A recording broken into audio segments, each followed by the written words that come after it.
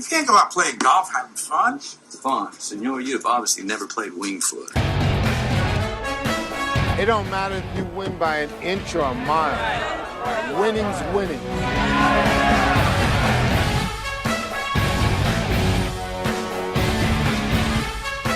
You've got to be kidding me, Vegas. Monday night. There's my picks for this week. Now, if you want next week's picks, I can give you those by Friday. Hello, everyone, and welcome to Week 15 of the Wingfoot Locks, brought to you by Wingfoot Sports. Greg, can you believe we only have 3 weeks of football left in the regular season? Means only 4 more weeks until the best weekend ever, Wild Card Weekend. Oh, yes. Wild Card Weekend is always a blast, and still a lot to be determined between now and then. Chris Portente has sent us his picks. We will be dropping those in throughout here, but we're going to go and hit the ground running with our first game of the week, looking at the New England Patriots as they head to Cincinnati to take on the hapless Bengals. New England coming off that loss against the Kansas City Chiefs, where Greg and I were sitting there watching saying, of course New England is going to win this game, but it was not to be. And so they're laying 9.5 in this one on the road. Greg, I'll let you have it first. The cheating Patriots. They were just there to film a documentary last week. You ain't cheating, you ain't trying. I've been a pretty proud supporter of them cutting corners, but it is getting a little much for even me. I can't really defend it. But with all the negative, yammer going on out there, they're going to want to come out and make a statement, and then afterwards, you know what it's going to be like. Well, of course you can beat a team 37-3 when you're filming their stuff, right? So we know what the narrative is going to be after the fact. But since he unlucky covered last week, but also 2 weeks ago, we knew we had their Super Bowl there, winning that game that they needed to get. They're kind of coming back down to earth here. Back down to earth. They never got that far above the ground. They won one game. It's a very good point. Sorry, we were loaded up on them that week. Yes. But likely they'll scheme to stop Joe Mixon. That defense has still been pretty good for the Pats, and quite frankly, I think they need a little bit of a get-right game for the offense to start scoring more consistently without the trick plays and everything. So really good timing. Bad situation for Cincinnati with them coming in off of 2 losses. I think, if I heard this right, I don't think they've ever lost 3 straight in the Belichick area, which quite frankly, I don't give a damn about. I care if they win by 10. But that's pretty impressive. And really, you couldn't pick a better situation than what they're walking into now. Yeah, when you have a team that wins 10-plus games every year, really 11-plus games when it's the Patriots, and you won your division since probably most of the people out there listening were born, you can't really afford too many three-game losing streaks in there. You said it. It's a get-right game for the Patriots in my mind. We talked about this early on in the season. When they were dominating, when they were 8-0, we looked at their schedule, and honestly, their schedule was a bunch of cupcakes. They were teams that were not good, even though they were the defending Super Bowl champions. And what did they do to those teams? They dominated every single game early on in the year. Their schedule got a little bit tougher, and that competition stepped up, and they've kind of come back down to the team who really we thought they would. There were some obvious, I won't even say flaws, but weaknesses in that team that showed themselves against stiffer competition. The only 3 losses for the Patriots this year have come against the division leaders. They lost to the Baltimore Ravens, they lost to the Kansas City Chiefs, and they lost to the Houston Texans. The Bengals are none of those things. I can't believe I really just wanted Bill Belichick to get up there and say on to Cincinnati, because that's all I wanted to hear, because I think it was awful loss to Kansas City early on in the season a couple of years ago, where everybody was saying had the Patriots lost it, I think they might have started the season 0-2 that year. Bill Belichick got up there and answered every question with, we're on to Cincinnati. It would have been the perfect timing for it. In that game, they went on to Cincinnati to blow them out. I think that's going to happen again this week. I'm looking for something in the high 30s, low 40s for the Patriots, and somewhere in the single digits to maybe 10 points for the Bengals. I'm all over the Patriots in this one too. I say lay the 9.5 points on the road and go to the bank. Go ahead, Greg. one more point. Yeah. My theory here that the division leaders and people that they might see in the playoffs for the Patriots, right? So everyone's saying like, hey, something's really wrong with the Patriots at this point. I said it before those games that they're not going to want to show any plays. These are big games for the Ravens and the Chiefs, who, aren't used to playing in the playoffs. So I definitely think the Pats were holding plenty back. You don't have to hold anything back against Cincy. So great point. Another cupcake should be another nice win. So you're saying Bill Belichick was on like an information gathering trip, much like he sent his interns on the documentary there, which they haven't seen that video. It had nothing to do with the team. It was on an advanced scout, which apparently just means send your team to scout the team in advance. Did they catch the guy doing one of these? I did not see any fish hooks in there. Little varsity blues. Yeah, no fish hooks on the hook and ladder. All right, well, we got a trifecta here on the Pats, Greg, because Chris Portente is with us on New England. Let's see why he likes the Pats this week. Week 15 is going to be true to form, okay? The good teams are going to rise to the top. Cream will rise to the top. And good teams who are playing bad teams, it's not going to be close games. It's not going to be backdoor covers. It's going to be true to form in Week 15. The Patriots are not losing 10 in a row, and they're not going to squeak by the Bengals. They're going to crush the Bengals. They will find enough trick plays. They will find enough offense, enough defense, and enough special teams to win this game by at least 3 scores. So take the Pats. They are not losing 3 in a row in Cincinnati against the lowly Bengals. Lay the 10 and don't look back. So with that, we will move on from the best in the AFC East to the worst in the AFC East. They've been good to us lately this season. The Miami Dolphins coming off a cover and what should have been a win against the New York Jets without scoring a touchdown. I think they set a record for combined field goals in that game for, I think it was 12 between the two teams. They covered despite not winning outright. And then the Giants, of course, coming off their Super Bowl as they took on Philly and that late obviously collapsed by the G-men, Philly taking it in overtime. They could not get Eli Manning his final win in Philadelphia. So in this one, Greg and I are rolling with the Dolphins again. I'll go first here, Greg. Look, I don't think that the Giants should be 3.5-point favorites against anyone. I think that at 2-11, I believe they are so far this season, they are in a different mindset than the Miami Dolphins are right now. You've got a team in the Miami Dolphins where you have a new coach who is trying to turn the culture around and seems to be getting guys to pull in the same direction as him. Meanwhile, with the Giants, you've got Pat Shurmur, who could be on his way out, who's got Jack Rabbit criticizing the coaching staff when he's not even at practice, not even playing. And now Pat Shurmur has to answer questions about that at his press conferences rather than thinking about what's coming in the next week. And let's be honest, the Giants probably want another high draft pick to go there. They still don't know who's going to be quarterback this week. It would be nice for them to add Chase Young on the defensive end out of Ohio State in the draft with the number 1 overall pick. And right now they're in a prime position for it. Honestly, I think the Miami Dolphins want this game more. Even if they don't end up winning it outright, I can't see laying more than a field goal when you're the Giants. I say take the points with Miami. And let's not forget they played here last week. So it's not like they're going on the road again, so to speak, for them. Greg, what are your thoughts? What's the kicker's name for the Dolphins? When you kick 7 field goals, you really should remember the guy's name. I'll look it up. He threw the touchdown pass 2 weeks ago. He's a stud against the Eagles. I was gonna say best kicker in Miami since Finkel, right? Einhorn is Finkel. Yeah, so I mean, just same story. I mean, like you look at the way that the Dolphins are playing games, and they're in absolutely every game.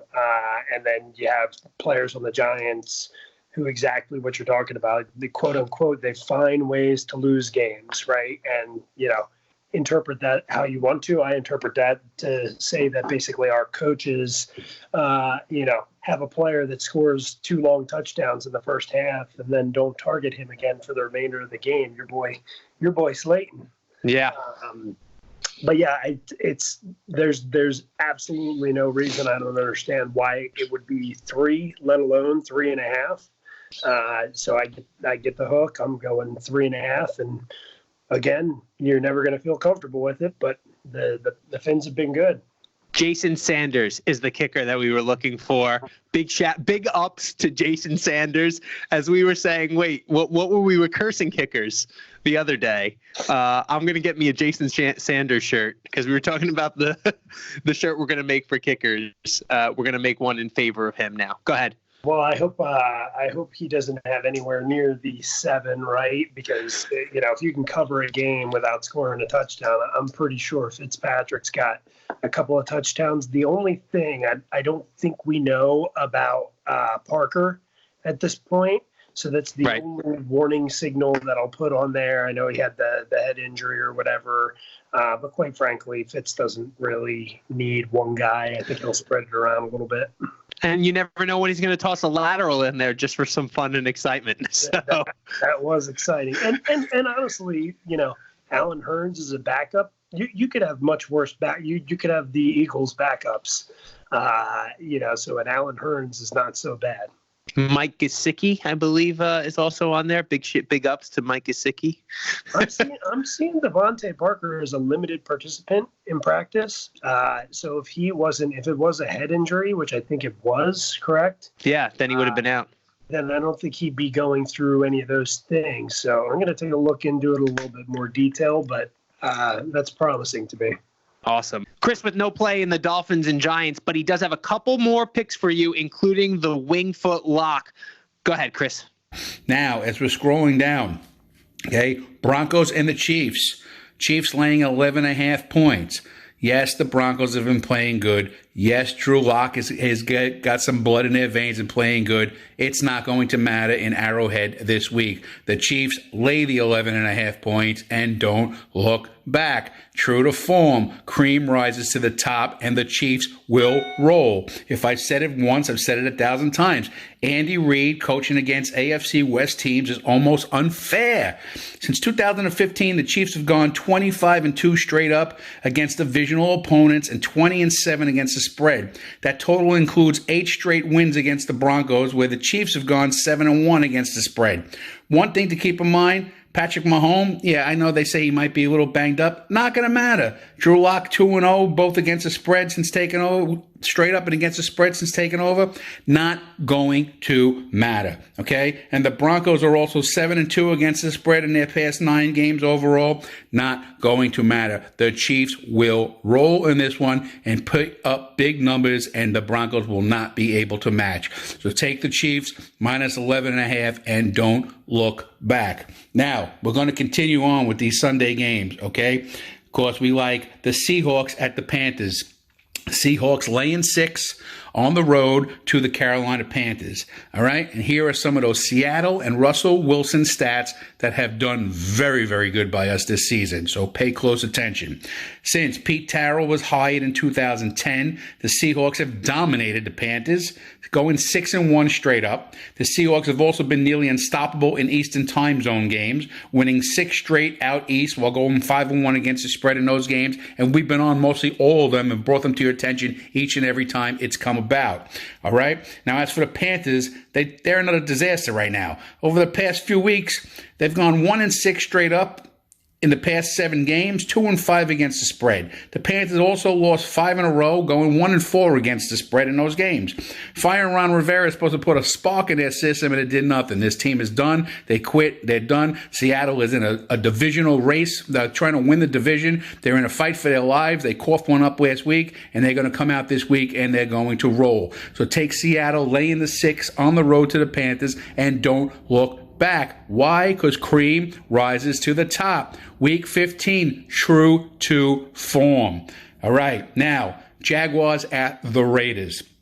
Raiders laying 5.5 points at home to the Jacksonville Jaguars. Again, this ain't so much with cream, okay? But the Raiders are the much better team. The Jaguars have packed it in. The Jaguars on the road are a disaster, even worse than they have been lately. And the Raiders coughed one up last week. They couldn't hang with the Titans.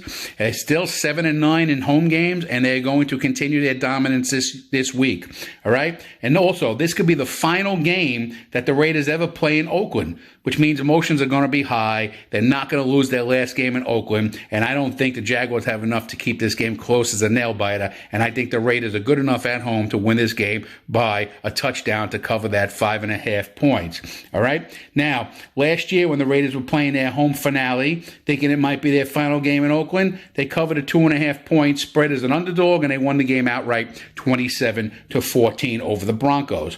Although the Raiders lost to the Titans on Sunday, like I said, they've won 7 of their past 9 home games, like I said, going 7-3 against the spread in their past 10 home games. And as for the Jaguars, another December nugget. Not only are they another disaster and another disaster on the road, they're one of the worst December road teams in NFL history. Since 2008, they've gone 3-20 straight up in December road games, and they haven't been much better against the spread, going 7-16. Okay? One thing to keep in mind, the Jags have lost 5 straight games by 17 points or more, making them the first team to hit a stretch like that since 1986. And it's not stopping this week. The Raiders will roll.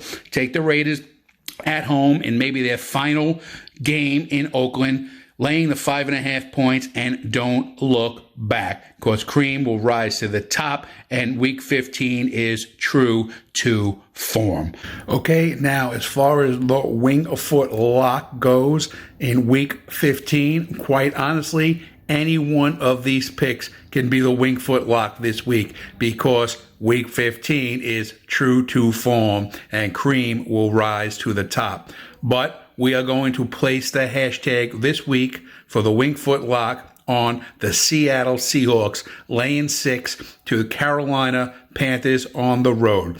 Seattle laying the 6 to Carolina on the road. Seattle has too much to play for, trying to win that division. Seattle is coming off a game that they could have and should have won against Carolina, who has fired their coach. They've been an utter disaster. They have nothing to play for, and they are not going to be able to roll with the Seahawks.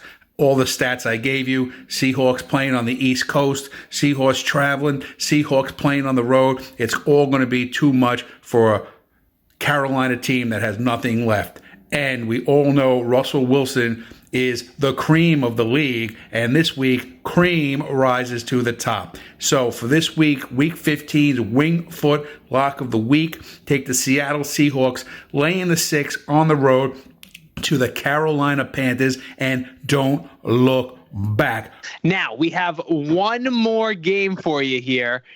Greg and I on opposite sides of this one. The Houston Texans are headed to Tennessee to take on the mighty Titans.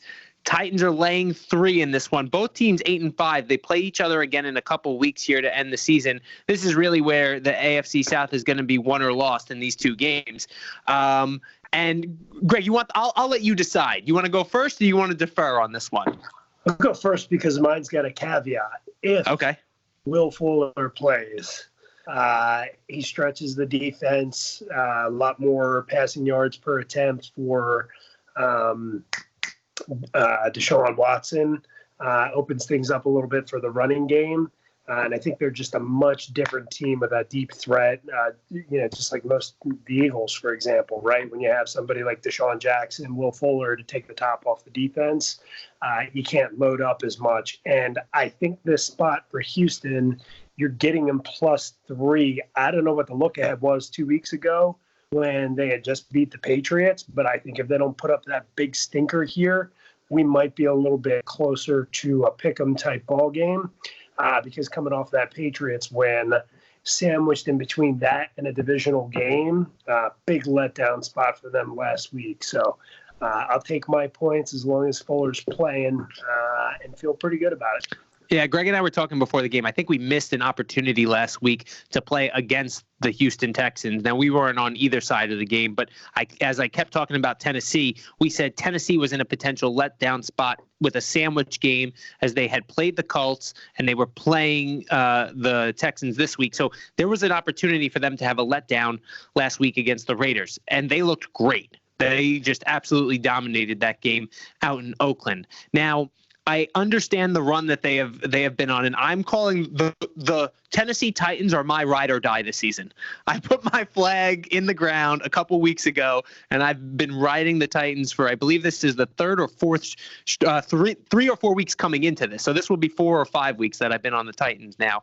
And again, it just goes back to the balance that I've seen from this team. I look at teams and like, what's your glaring weakness? Because Bill Belichick said, it's Sun Tzu, it's the art of war, and what you exploit your other team's weakness. Well, I don't see a glaring weakness on the Tennessee Titans. And when I look at these two teams, I see the glaring weakness that I see between them is the offensive line of the Houston Texans. And I think Mike Vrabel, who is coached by Bill Belichick, has done an awesome job as an NFL head coach. And I think that this is the year the Titans make the step forward. Ryan Tannehill, again, I'll continue week after week. I tell you, he's been good. And how about those wide receivers, Greg, and the fullbacks and the tight ends and everybody else who is doing it for the Tennessee Titans this season? Obviously, Henry's the bell cow, and you know what he can do there. But I think they're at home in this one. And frankly, I think they have New Orleans next week. Maybe you can check that, Greg. But these two teams in the final 3 weeks play each other twice. So you've got I think the Titans, after this, go on to play the Saints. They can't really afford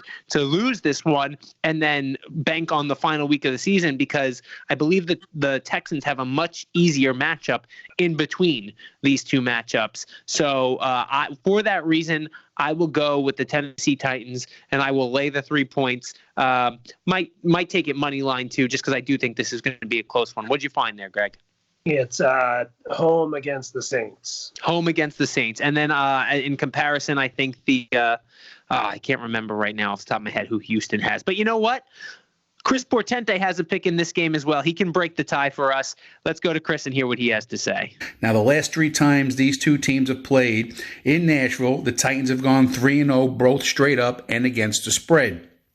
Since Ryan Tannehill took over as QB, the Titans have gone 4-0 straight up at home and 3-0-1 against the spread. And if you have not noticed, and Joe, I know you've noticed because you brought it to our attention, the Titans are playing serious football. They are peaking. They might be peaking too early, but right now they are peaking, and we're going to ride them while they're hot.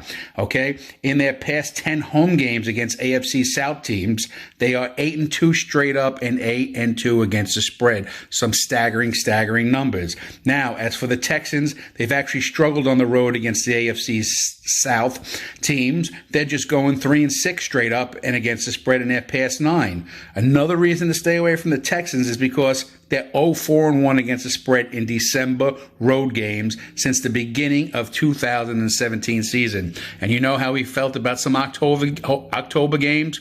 We didn't have such a great November trend. The numbers and stats just weren't there. But here's a little December nugget we're going to ride. So take the Titans at home, -3 over the Texans, and don't look back. All right, so those are your picks for Week 15 of the 2019 NFL season. For Chris Portente, Greg Coyle, and Joe Messeri, that's me. Thanks for listening to this week's episode of the Wingfoot Locks, brought to you by Wingfoot Sports. And until next time, everybody, remember, it's not whether you win or lose, it's whether or not you cover the spread. Talk to you next week.